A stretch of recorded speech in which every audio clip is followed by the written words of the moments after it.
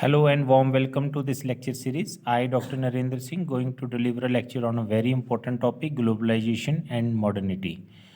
This lecture is specially designed for the students of MA, UGC NET aspirants and UPSC aspirants.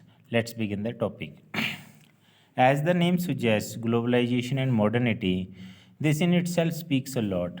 That it tries to understand the relationship between globalization and modernity. How globalization and modernity are the two terms which are largely interchangeably used and they have a close interrelationship between the two. Globalization phenomena has reduced the whole of the world into a global village, where the phenomena taking place at one society in one way or other way influence the phenomena at other societies. There is no society, there is no institution as such which is not influenced or being influenced by other institutions present in the society. So globalization, so everything has become globalized, whether it is a culture, whether it is a values, whether it is a norm, whether it's a customs, whether it's traditions, whether it's a cosmopolitan values. So everything we find that they have a global form in one way or other way. Globalization phenomena has reduced the or lose the national boundaries. Okay. Now there is a concept of a transnationalism across the border. In the early society, there was a concept of nation states where the boundary of the state was, determining factor, and everything was squeezed in the boundary of the particular nation state. But now it is not so. Now the phenomena are influencing across the borders. Now the boundaries, territories are no way become a barrier to bring a social change, economic change, or political change in society. They believe that national boundaries are becoming less important and power is increasingly exercised in transnational relationships. Here the one nations influence the other nation, or even no matter that the nation is small in size or big in size. Okay, even the phenomena take place in the nation which is small in territory or small in GDP growth rate. Even then, it influence the nation states which are bigger in size, which are bigger in GDP growth rate. According to Leslie Scalar in 1995 study, the contemporary world is a global system in which nation states are only one set of actors. So here the nation states are, you can assume only one actors. He identifies a wide range of transnational global phenomena, including travel, tourism, finance, products, which are sold worldwide. But he focuses on three main transnational practices. We all know that in this global era, where such global phenomena like travel, we move from one nation to other nation, okay, for business purpose, for tourist purpose, for education purpose, for many purposes we move across one nation to another nations. Even nowadays people go for marriage to other nations. Okay, there are a large section of society even from India those constitutes the diaspora, the migrants, immigrants, okay, from India. They send their remittances back to India, which in a way influence, which in a way contribute to the Indian economy. Okay, when a person moves from one nation to another nation, he carries his culture, value system to other nations. Okay, in this way a diffusion of culture, diffusion of values, diffusion of customs, tradition took place. When a person moves from one place to other place, he also carries his food system. When a person moves from one place to another place, one nation to another nation, also carries the dress patterns. Okay, so this is how that global phenomena is taking place at the level of cultural system, at the level of tourism, at the level of finance, at the level of production of goods. जैसे हम देखते हैं कि हमारे आप जो कपड़ा पहन रहे हैं वो हो सकता है ब्रिटेन की किसी फैक्ट्री में बना हो, और इंडिया का जो फूड है वो आप ब्रिटेन में आपको अवेलेबल है, अमेरिका में अवेलेबल है, अमेरिकन फूड इंडिया में अवेलेबल है। अब तो कुछ लगता ही नहीं है कि ये बेगाना सा है, अब हर चीज़ अपनी ही लगती है, क्योंकि वो कल्चर में इतनी ज़्यादा सिमुलेट हो गई है कि वो अपनी ही लगने लगी है। बहुत सारी फूड आइटम्स, जैसे आज की यंगस्टर जनरेशन जो है वो पिज़्ज़ा बर्गर्स की बड़ी शौकीन है। अब ये जो आइटम्स हैं ये वेस्टर्न फूड हैं, लेकिन आज की इंडियन जनरेशन जो है वो इसको बहुत पसंद करती है, बहुत relish करती है। शाम को जब घूमने जाते हैं बाज़ार में तो यही होता है कि चलो आज नूडल्स खा लेते हैं, बर्गर खा लेते हैं, पिज़्ज़ा खा लेते हैं। वो टेस्ट ही ऐसे डेवलप हो गए हैं। शादी विवाह में भी आजकल लोग इन्हीं चीज़ों के स्टॉल्स लगाते हैं। तो ऐसा लगता है कि ये आपके कल्चर का ही हिस्सा थी, लेकिन ऐसा नहीं है।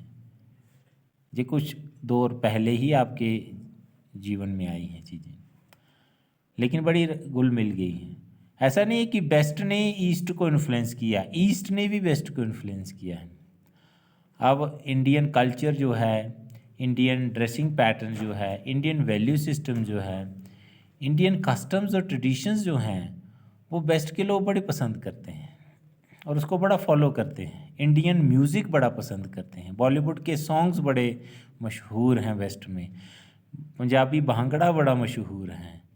पंजाब से गए हुए माइग्रेंट्स जो वहाँ पे कनाडा में, ऑस्ट्रेलिया में, यूके में, वो इतना इन्फ्लुएंस रखते हैं कि वहाँ के लोग जो हैं उनके कल्चर से बहुत इन्फ्लुएंस हो गए हैं। वो उनके गानों पे नाचते हैं। इंडियन साड़ी पहनना पसंद करती हैं वेस्टर्न वीमेन, तो इंडियन लुक में आना चाहती हैं। इंडियन कुसिनरी जो है वो फॉलो कर रही हैं, कुसीन, इंडियन कुसीन। सो इन अ वे हम देखते हैं कि अब कोई ऐसा नहीं रह गया कि ये कल्चर या ये ड्रेस पैटर्न, ये वैल्यू सिस्टम सिर्फ एक बाउंड्री तक सीमित है। ऐसा नहीं है, अक्रॉस द नेशन स्टेट्स हो गया है। अब एक घटना किसी एक देश में घटती है, चाहे नेगेटिव है चाहे पॉजिटिव है, उसके इम्पैक्ट दूसरे देशों में भी देखने को मिलते हैं। अगर एक जगह पे कहीं लड़ाई हो रही है तो आप ये मत समझिए कि उसके इम्पैक्ट सिर्फ उसी देश तक सीमित रहेंगे, उसके इम्पैक्ट्स आप पे भी पड़ेंगे, आपके देश में भी पड़ेंगे। जैसे रिसेंटली आपने देखा कि रशिया और यूक्रेन की जो लड़ाई चल रही थी उसका पूरी दुनिया में असर पड़ा, दुनिया की इकॉनमी सफ़र की। और ऐसा अगर तेल के प्राइस बढ़ गए, जहाँ आपने देखा कि वेस्ट और इंडिया, वेस्ट ने इंडिया के ऊपर काफ़ी प्रेशर डाला कि आप रशिया से तेल मत खरीदें, या हम सैंक्शंस लगाने की कोशिश की। इंडिया अपने हिसाब से अपनी फॉरेन पॉलिसी को लीड करता हुआ कि नहीं, हमें अगर सस्ता तेल मिल रहा है तो हम लें, क्योंकि वेस्ट को लग रहा था कि इसमें हम घाटे में हैं। तो इस तरह से आप देख सकते हैं कि घटना कहीं पे घट रही है और उसके इम्पैक्ट सारी दुनिया में असर आ रहे हैं। अब तो बीमारियां भी ग्लोबलाइज हो गई हैं। जैसे कोरोना पेंडेमिक ने पूरी दुनिया को दिखा दिया कि अब बीमारी सिर्फ एक जगह तक नहीं है। अगर एक जगह पे कोई वायरस आता है तो वो दूसरी जगह में भी फैल जाएगा। इसलिए अब प्रॉब्लम्स किसी एक देश तक सीमित नहीं रह गई कि ये सिर्फ मेरी ही प्रॉब्लम्स हैं या उसकी ही प्रॉब्लम्स हैं। जैसे जंगल में जब आग लगी हो दूर, तो देखने वाले को लगता है कि ये दूर लगी हुई आग है, पर उसको ये अंदाज़ा नहीं है कि ये पास आ जाएगी। ऐसे ही दुनिया में अब जितनी भी प्रॉब्लम्स हैं वो ग्लोबल हो चुकी हैं। जैसे इन्वायरमेंटल प्रॉब्लम्स हम देखते हैं, इन्वायरमेंटल प्रॉब्लम्स पूरी दुनिया में ग्लोबलाइज फिनोमेना बन चुकी है। कहीं पे बहुत ज़्यादा बारिश हो जाती है, कहीं पे बिल्कुल नहीं होती, सूखा पड़ जाता है। कहीं पे कोई अर्थक्वेक आ रहा है, कहीं पे वोल्केनो इरप्शंस हो रही हैं। तो इस तरह से हम देखते हैं कि क्लाइमेटिक चेंजेस जो हो रही हैं, नेचुरल डिज़ास्टर जो हो रहे हैं, चाहे वो उसके लिए आदमी रिस्पॉन्सिबल है, चाहे नेचर में ही वो घटनाएं घट रही हैं, लेकिन उसका असर पूरी दुनिया में देखने को मिलता है। These correspond to the transnational practices of the transnational corporations, the transnational capitalist system, class and the culture ideology of consumerism. अब तो पहले जब ब्रिटेन के लोग भारत में आए, इंग्लिश पीपल जब यहाँ पे आए, उन्होंने यहाँ पे इंडिया को कॉलोनी बनाया, तो उस समय उनकी कंपनियाँ थी वो इंडिया में ही व्यापार कर रही थी या कुछ देशों में व्यापार कर रही थी। आज हम देखते हैं कि अब अमेरिका की कंपनियां या ब्रिटेन की कंपनियां जिन्हें हम एमएनसीज कहते हैं या टीएनसी कहते हैं, मल्टीनेशनल कॉरपोरेशन, ट्रांसनेशनल कॉरपोरेशन, वो पूरी दुनिया में बिजनेस करती हैं। और एक एक एमएनसी की जो टोटल वर्थ, नेट वर्थ, जो उनकी इनकम है, वो जो छोटे छोटे देश हैं उनकी टोटल इनकम से ज़्यादा है। कहने का अर्थ ये है कि अब वो वहाँ के देशों की इकोनॉमिक पॉलिसी को डिसाइड करती हैं, वहाँ की डिफेंस पॉलिसी को डिसाइड करती हैं, इवन के उनकी इंटरवेंशन हर एक लेवल पे हमें देखने को मिलती है, चाहे उनका सोशल सिस्टम ही क्यों ना हो। अभी मैकडोनल्ड्स जैसी कंपनियां जो हैं, आप देखिए, जैसे पेप्सी को जैसी कंपनीज जो हैं, आप देखिए, वो वहाँ के कल्चरल फूड को डिसाइड करती हैं कि वहाँ का फूड सिस्टम किस तरह का होना चाहिए, उसके साथ वैल्यू को जोड़ देती हैं। और इनके खिलाफ एक्शन लेना, अगर कोई ये कुछ माल प्रैक्टिसेस में इन्वॉल्व है, तो इतना पॉसिबल नहीं है, इतना आसान नहीं है। छोटे देश तो बिल्कुल भी नहीं कर सकते, क्योंकि वो अफोर्ड ही नहीं कर सकते। तो यहाँ से दिखता है कि अब एक नई तरह का कॉलोनियलिज्म भी हम देखते हैं, नई तरह का इंपीरियलिज्म भी देखते हैं, कि जिसमें हम देखते हैं कि जो ट्रांसनेशनल कॉरपोरेशंस हैं वो एक तरह से छोटे देशों की इकोनॉमिक पॉलिसी को, डिफेंस पॉलिसीज़ को, इवन की सोशल पॉलिसीज़ को भी डिटरमिन करती हैं। तो इंपीरियलिज्म एक नए फॉर्म में हमें देखने को मिलता है। ये भी एक डायमेंशन है ग्लोबलाइजेशन के फिनोमिना को देखने की। और इसने 3 मेन वैल्यूज़ को बड़ा प्रमोट किया है, इंडिविजुअलिज्म, मटीरियलिज्म और कंज्यूमरिज्म, जो पूरी दुनिया का एक वैल्यू सिस्टम अब बनता ही जा रहा है। Sklair sees the capitalist system economy as the foundation of the global system and the source of increasing power of the transnational capitalist class। अब ऐसे लगता है कि पूरी दुनिया में एक ही तरह का इकोनॉमिक सिस्टम है, वो कैपिटलिस्ट सिस्टम, और बड़ा एक्सेप्टेबल एक सिस्टम हो गया है। क्योंकि यूएसएसआर के टूटने के बाद 1991 में आप देखते हैं कि क्या हुआ, जिसमें एक thesis hand of the history, कि अब एक ही तरह का सिस्टम जो है वो पूरी दुनिया में माना गया कि यही ज़्यादा रिलायबल है और ज़्यादा एंड्योर है, वो था capitalist system. World production is increasingly dominated by incredibly wealthy corporations. पूरी दुनिया में जो वेल्थी कॉरपोरेशंस हैं उनका ही कब्जा है वर्ल्ड प्रोडक्शन सिस्टम के ऊपर। Vast numbers of people throughout the world are persuaded to buy products of these same corporation through advertising। और ये जो बड़ी बड़ी कॉरपोरेशंस हैं, ये एडवर्टीजमेंट के थ्रू अपने प्रोडक्ट दुनिया के हर हिस्से में बेचती हैं। Thus, for example, corporations such as McDonald's, General Motors, Sony, Ford, Coca-Cola can exercise as much power as many nation states। इनके पास इतनी पावर है कि इतनी छोटे छोटे देशों में भी नहीं है, उनसे ज़्यादा है। Their products and ideology which encourages people to consume those products are increasingly penetrating the third world of poorer nations, the former communist countries and even the more urbanized parts of China। इनके जो product हैं और उनकी जो ideology है, उसने promote किया है कि वो उन्हीं के प्रोडक्ट क्यों कंज्यूम करें, और लोगों को वो आदतें डाल दी हैं। जैसे हम बात करें हमारे यहाँ पे इंडिया में, अगर हम बात करें, हम चाय के बड़े शौकीन लोग हैं, लेकिन ये चाय जो है ये हमें इंपीरियलिज्म की याद दिलाती है। लिप्टन नाम का एक अंग्रेज़ ऑफिसर था, उसने, हम जानते हैं कि वहाँ पे चाय के बागान लगाए आसाम में, है ना। आज भी हम जब चाय का नाम ही लिप्टन से रख दिया गया है, कई इलाकों में हम चाय पूछते हैं कौन सी चाय पियो, कहते हैं लिप्टन वाली चाय पियेंगे। वे लिप्टन वही अंग्रेज़ है जो हमें दिखाता है कि हम आपको वो आदत डाल गए हैं। सुबह उठते ही हमें सबसे पहले उठने के लिए भी चाय ही चाहिए, चाय के बगैर हम उठ ही नहीं सकते बिस्तर से, हमें 2-3 टाइम चाय पीनी ही पीनी है। खरबों रुपये का बिजनेस है चाय का, और चाय हमारी आदत बन गई। चाहे उसे किस एसिडिटी होती हो, चाहे कोई भी प्रॉब्लम होती हो, बीपी की प्रॉब्लम हो जाती हो, फिर भी चाय तो पीनी ही है ना, क्योंकि चाय के बगैर तो नींद ही नहीं खुलती है। इस तरह से हमारी वैल्यू सिस्टम का, हमारी आइडियोलॉजी का, हमारी आदतों का ये हिस्सा बन गई हैं चीज़ें।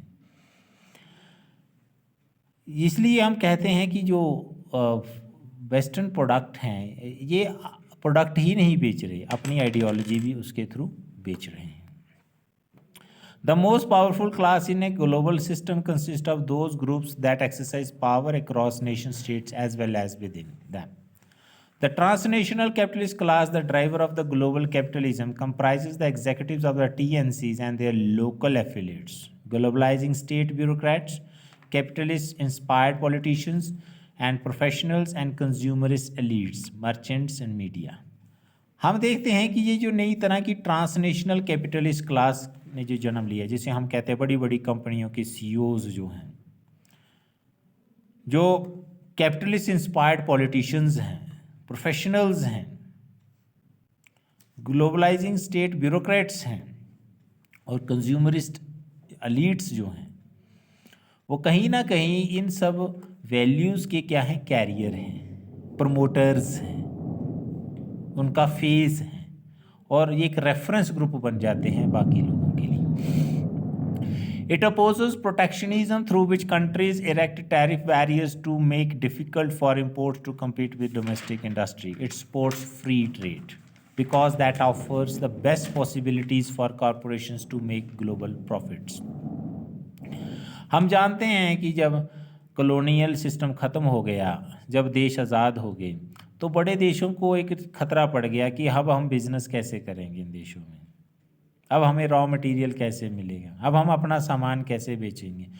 तो हम कह सकते हैं कि नई बोतल में पुरानी शराब। तो एक तरह से एक नया सिस्टम नहीं था, वो पुराना ही सिस्टम था, लेकिन कवर दूसरा था, रैपर दूसरा था। और अब ट्रांसनेशनल कॉरपोरेशंस जो हैं वो दूसरे तरीके से अब इनडायरेक्ट वे से छोटे छोटे देशों को इन्फ्लुएंस करती हैं, उनके ट्रेड एंड बिजनेस को। हमने देखा कि कुछ लोग ये भी आरोप लगाते हैं कि जो बड़ी ऑर्गेनाइजेशंस हैं, जैसे WTO है, वर्ल्ड ट्रेड ऑर्गेनाइजेशन, IMF है, इंटरनेशनल मॉनेटरी फंड है, ये तो वेस्ट के देशों के इशारों पे चलती हैं और इनकी जो भी पॉलिसीज़ होती हैं, इससे वेस्ट के जो देश हैं, जो अमीर देश हैं, ताकतवर देश हैं, उन्हीं को फ़ायदा होता है। छोटे देशों को इनकी पॉलिसियों से कोई फ़ायदा नहीं होता। तो इसलिए एक बड़ी बायसनेस और बड़ी सब्जेक्टिविटी का आरोप लगता है इन ऑर्गेनाइजेशंस के ऊपर, क्योंकि उनकी ट्रेड पॉलिसीज़ पूरी तरह से इंक्लाइंड हैं प्रो बेस्ट, उन्हीं को फ़ायदा हो। इसलिए फ्री ट्रेड का जो कॉन्सेप्ट है वो कहीं ना कहीं आरोप लगाया जाता है कि वो किसको फ़ायदा दे रहा है, अमीर देशों को ही फ़ायदा दे रहा है। The transnational capitalist class also tries to deal with threat pose by anti capitalist global system movements, particularly the green movement. इसलिए जो ट्रांसनेशनल कैपिटलिस्ट क्लास है उसको एक खतरा हो गया है, उनको एक डर है उन लोगों से जो एंटी कैपिटलिस्ट ग्लोबल सिस्टम के मूवमेंट्स चला रहे हैं, यानी कि कैपिटलिज्म के खिलाफ लोग जो हैं, जो आइडियोलॉजीज कैपिटलिज्म की आइडियोलॉजी के अगेंस्ट हैं, उनसे उनको खतरा है। चाहे वो ग्रीन मूवमेंट्स ही क्यों ना हो, इन्वायरमेंटल प्रोटेक्शन मूवमेंट्स ही क्यों ना हो, स्मॉल स्केल इंडस्ट्री की बात करने वाले लोग क्यों ना हो। क्यों? क्योंकि इससे जो लार्ज स्केल इंडस्ट्री है उसके इंटरेस्ट हर्ट हो जाते हैं। इसलिए ये ट्रांसनेशनल कॉरपोरेशंस किसी ना किसी तरह से कॉन्स्पिरेसीज बनाती रहती हैं कि किस तरह से इस तरह की मूवमेंट्स जो हैं या इस तरह की आइडियोलॉजीज जो हैं उसको साइडलाइन किया जाए या सप्रेस ही कर दिया जाए, क्योंकि इनसे उनके वेस्टेड इंटरेस्ट हार्म होते हैं। Furthermore, globalization has actually spread conception of masculinity in these countries more widely. He does think there are areas in which positive steps can be taken.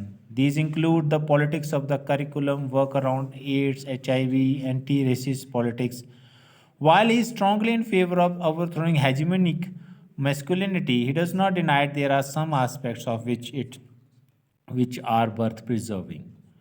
आज ग्लोबलाइजेशन ने एक नई तरह की मैस्कुलिनिटी का concept पूरी दुनिया में फैलाया है।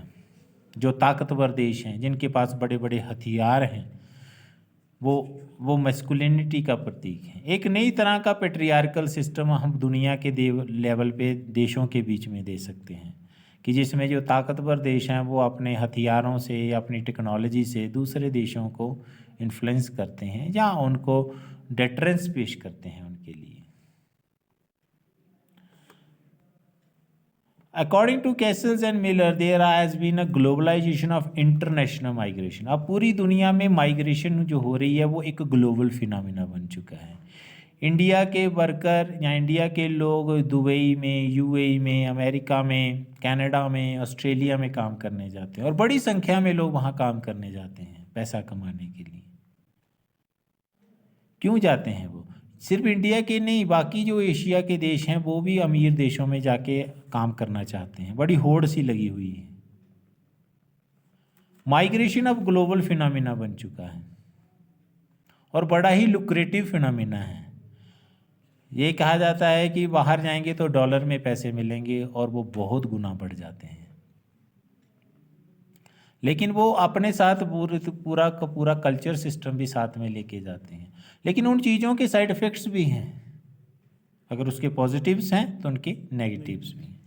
By the 1980s and 1990s, all regions of the world are experiencing substantial movements of the people. 1980 और 1990 के बाद बड़े लेवल के ऊपर माइग्रेशंस हुई हैं, इंटरनेशनल माइग्रेशंस हुई हैं, लेबर माइग्रेशंस हुई हैं, खासकर एशिया, ईस्ट एशिया से।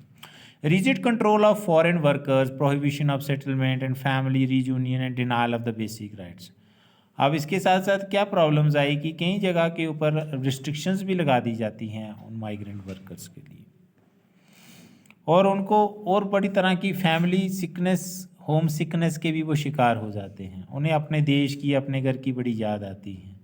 उनका जो फैमिली सिस्टम है वो उन्हें लगता है वो ब्रेक हो चुका है, वो जो इमोशनली वो फैमिली से डिटैच हो चुकी हैं। तो इस तरह की बड़ी ही तरह की अलग अलग तरह की सोशल और साइकोलॉजिकल प्रॉब्लम्स भी दुनिया फेस कर रही है।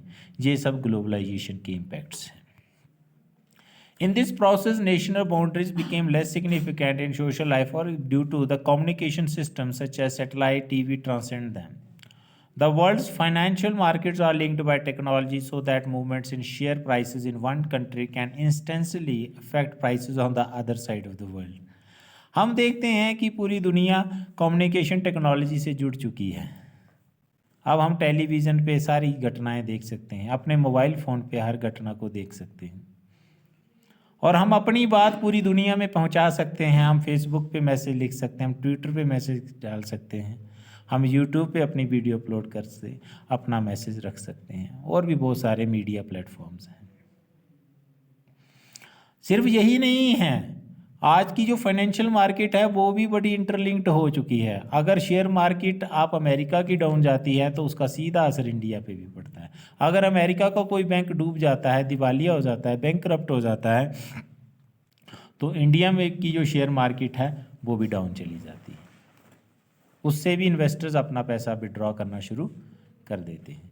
अभी हमने रिसेंटली देखा, हिंडनबर्ग रिपोर्ट आई जिसकी वजह से अडानी ग्रुप के शेयर्स एकदम से गिर गए और पूरी दुनिया में हल्ला गुल्ला मच गया, ये क्या हो गया।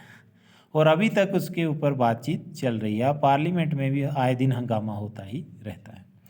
International organizations such as the United Nations and the European Union also reduce the importance of the nations, while traveling gives individuals a less localized view of the world.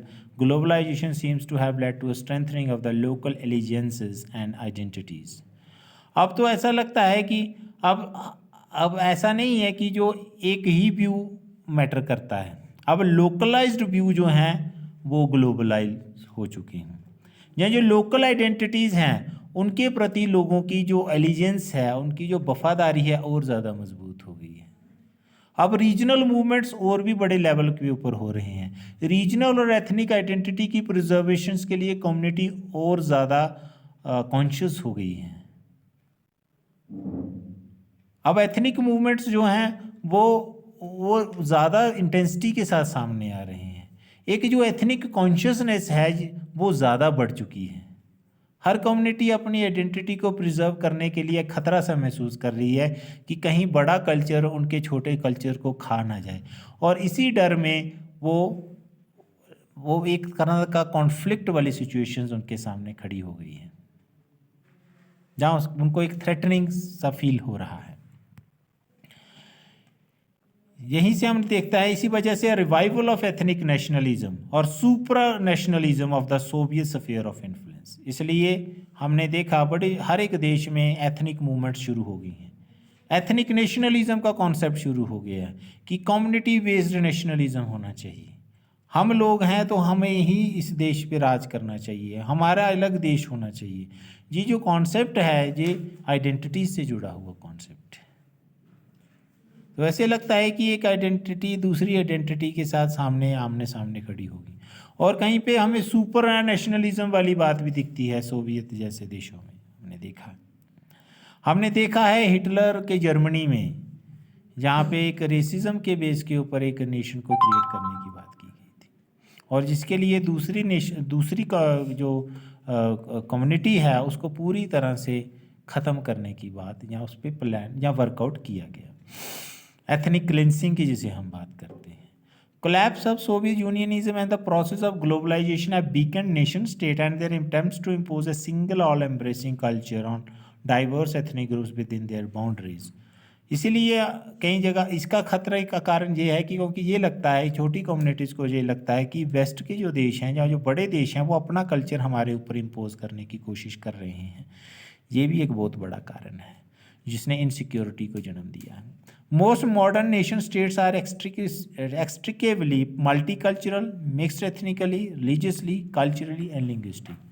लेकिन ज़्यादातर अगर हम देखते हैं आज के जो नेशन स्टेट्स हैं वो मल्टी कल्चरल बन चुके हैं, मल्टी रिलीजियस बन चुके हैं, मल्टी एथनिक बन चुके हैं, मल्टी लिंग्विस्टिक बन चुके हैं, क्योंकि अलग अलग जगहों से लोग आके एक जगह पे रह रहे हैं अर्बनाइजेशन की वजह से, इंडस्ट्रियलाइजेशन की वजह से, जहाँ पे एक हेट्रोजिनस पॉपुलेशन जो है वो बढ़ती जा रही है।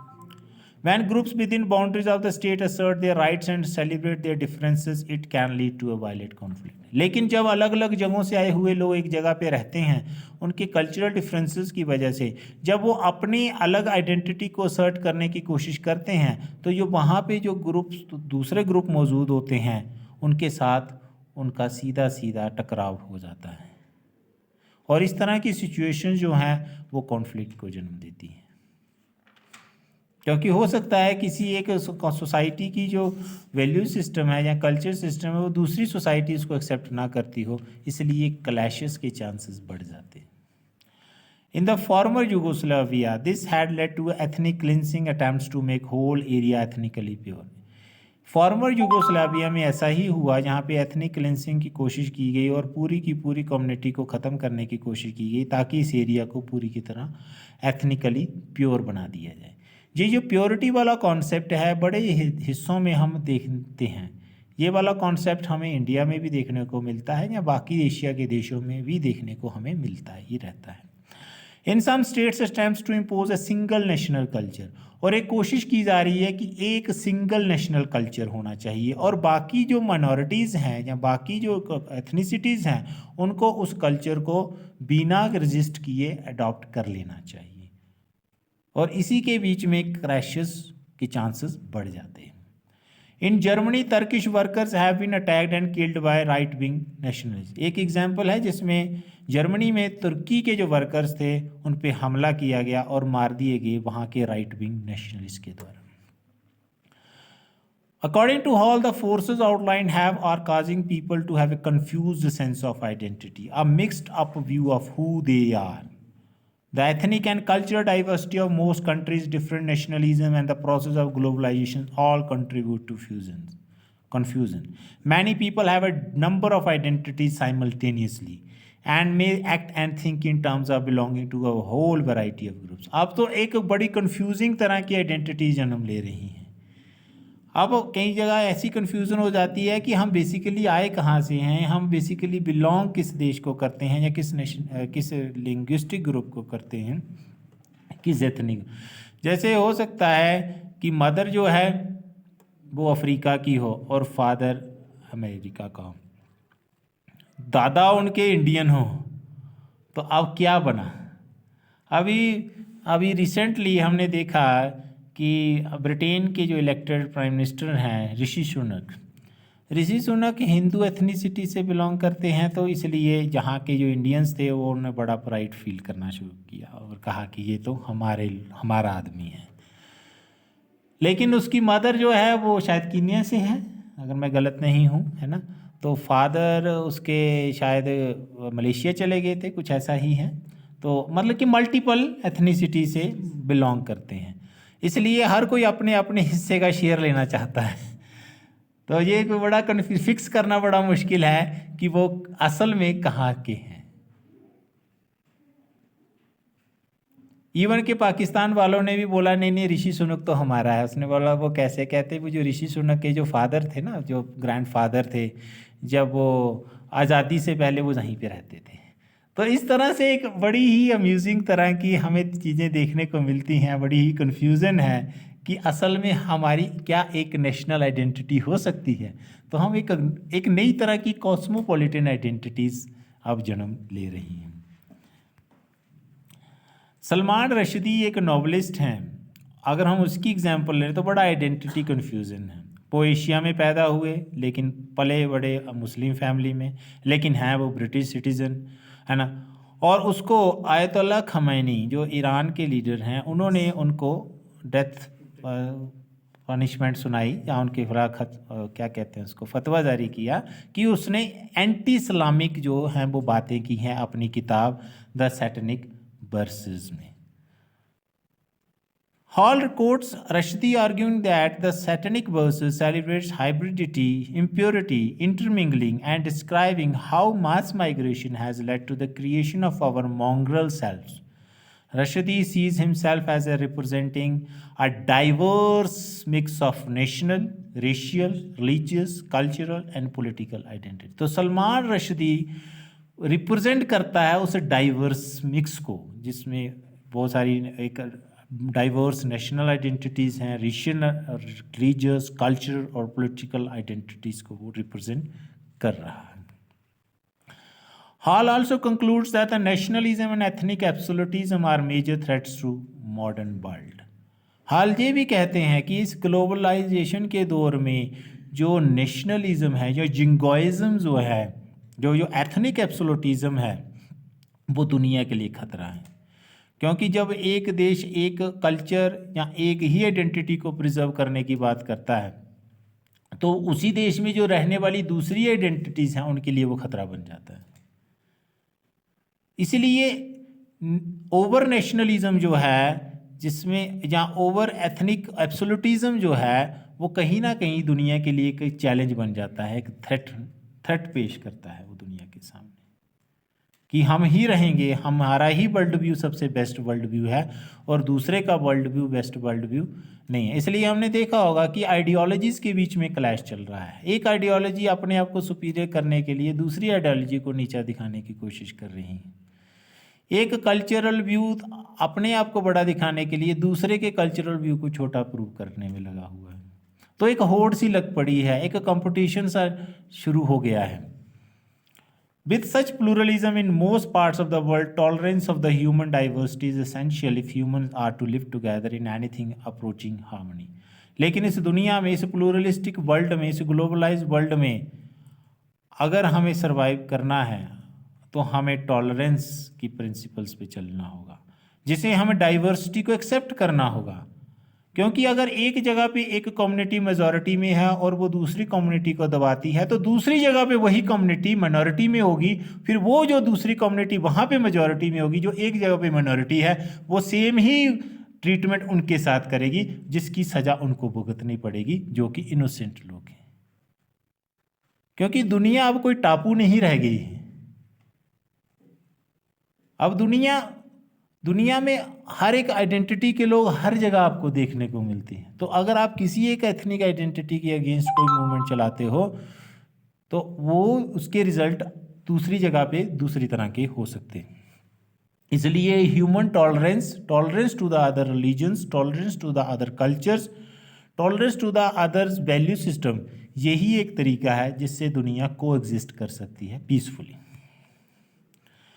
Globalisation involves reduction in the importance, ये तो हमने पहले भी डिस्कस किया, जिसमें वो कहता है कि नेशनल बाउंड्रीज के कम होने का सबसे बड़ा कारण ये है कि कंपनीज जो हैं वो अपनी इन्वेस्टमेंट को शिफ्ट करना चाहती हैं। किस लिए? ताकि उनको चीप लेबर मिल सके गरीब देशों से। क्योंकि अब आप देखते हैं कि हमारे यहाँ पे जो वेज लेबर है बड़ी कम है, लेकिन अगर वही प्रोडक्ट आपने अगर ब्रिटेन में या अमेरिका में बनाना हो तो वो महंगा पड़ता है, क्योंकि लेबर वहाँ पे महंगी है। तो इस तरह से हम देखते हैं कि एक कंपनियां दूसरी कंपनियों में जाके व्यापार करती हैं, क्योंकि उनको वहाँ पे मुनाफा होता है हर तरह से, रॉ मटेरियल भी सस्ता मिल जाता है और लेबर भी सस्ती मिल जाती है। और तीसरी ये भी बात है कि अगर गंदगी फैलेगी तो उसी देश में फैलेगी, आपके देश में थोड़ी जाए फैलेगी। आपका देश तो एक बड़ा ही साफ देश रह जाएगा। At the same time, there has been an increasing in the number of women working or seeking employment. लेकिन यही के साथ ये भी देखने को मिलता है कि ग्लोबलाइजेशन की वजह से जो वीमेन वर्कर्स की जो संख्या है वो बढ़ी है, क्योंकि अब फैक्ट्रियों में, इंडस्ट्रीज़ में, कॉरपोरेशंस में, बड़े बड़े ओहदों के ऊपर हर एक इंस्टीट्यूशंस में वीमेंस हमें देखने को मिलती हैं। लेकिन इस वजह से इसका कारण क्या है? क्योंकि एक आइडिया फैल चुका है कि घर में एक आदमी के कमाने से खर्चा पूरा नहीं होता है, इसलिए पूरी फैमिली को अर्निंग होना चाहिए। ठीक है, तो जितने जो अर्निंग होगे उतना बेटर रहेगा। Secure job have become harder to find. लेकिन आज के दौर में एक और चैलेंज आ गया है कि अब आपको सिक्योर जॉब्स नहीं मिलती हैं। क्यों? क्योंकि प्राइवेटाइजेशन की वजह से ये सब हो रहा है। तीसरी तरफ हम ये भी एक घटना देखते हैं कि fragility of the marital relations, fragility of the kinship network, fragility of the community solidarity, ये सब भी हम देखने को मिल रही हैं। आपके शादी के रिश्ते कमज़ोर हो रहे हैं, आपकी रिश्तेदारियां जो हैं वो कमज़ोर होती जा रही हैं, आपकी जो कम्युनिटी कॉन्शियसनेस है, जो सॉलिडारिटी है, वो कमज़ोर पड़ती चली जा रही हैं। अब रिश्ते जो हैं वो बड़े ही पतले, बड़े ही दुबले, बड़े ही कमज़ोर होते जा रहे हैं। छोटी सी घटना से वो रिश्ता कभी भी टूट सकता है, चाहे वो रिश्ता बच्चों और माँ बाप का ही क्यों ना हो, चाहे भाई और बहन का ही क्यों ना हो। क्योंकि अगर आज हम देखते हैं कोर्ट्स में लोग अपने ही जो प्राइमरी किन्स हैं उनके खिलाफ मुकदमे करते हैं, ज़मीन जायदाद को लेके, प्रॉपर्टीज़ को लेके, चाहे उसके लिए उन्हें अपने रिश्तों की बलि ही क्यों ना चढ़ानी पड़ जाए। पीटर बेयर्स कहते हैं कि ग्लोबलाइजेशन से पीपल्स, कल्चर, सोसाइटीज, सिविलाइजेशंस क्या हो गई हैं? पहले अब लेस आइसोलेटेड हो गई हैं। अब आप देखते हो ट्राइबल सोसाइटीज़ जो बड़ी आइसोलेटेड सोसाइटीज़ मानी जाती थी, लेकिन कम्युनिकेशन टेक्नोलॉजी के एडवांस होने की वजह से अब वो आइसोलेटेड नहीं रह गई हैं, वो बाकी मेन स्ट्रीम सोसाइटी से भी कनेक्ट हो गई हैं। लेकिन इसकी वजह से क्या हुआ है?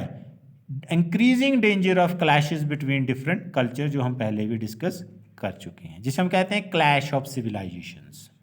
Increased contact between cultures and religions might reduce the differences between them and therefore reduce the likelihood of conflict. लेकिन एक तरफ ये भी एक चांसेस हैं कि इन कॉन्टैक्ट बढ़ने की वजह से कल्चर और रिलीजन्स, डिफरेंट एथनिसिटी के लोग जब आपस में मिलते हैं तो उनके जो वहम हैं, उनके जो स्टीरियोटाइप्स हैं, जो उन्होंने सिर्फ सुन रखा है, लेकिन जब उनसे वो इंटरेक्ट करते हैं तो उनके वो वहम, उनके वो स्टीरियोटाइप्स दूर हो जाते हैं और उनको लगता है कि ऐसा कुछ भी नहीं है, जिस वजह से हम इनसे नफरत करें। ठीक है, और वो चीज़ें उनको क्लोज भी लेके आती हैं। तो ये सब लेक्चर था ग्लोबलाइजेशन एंड मॉडर्निटी के संदर्भ में। होपफुली आपको बहुत सारी चीज़ें क्लियर हुई होंगी। तो मिलते हैं नेक्स्ट लेक्चर में इसी तरह से।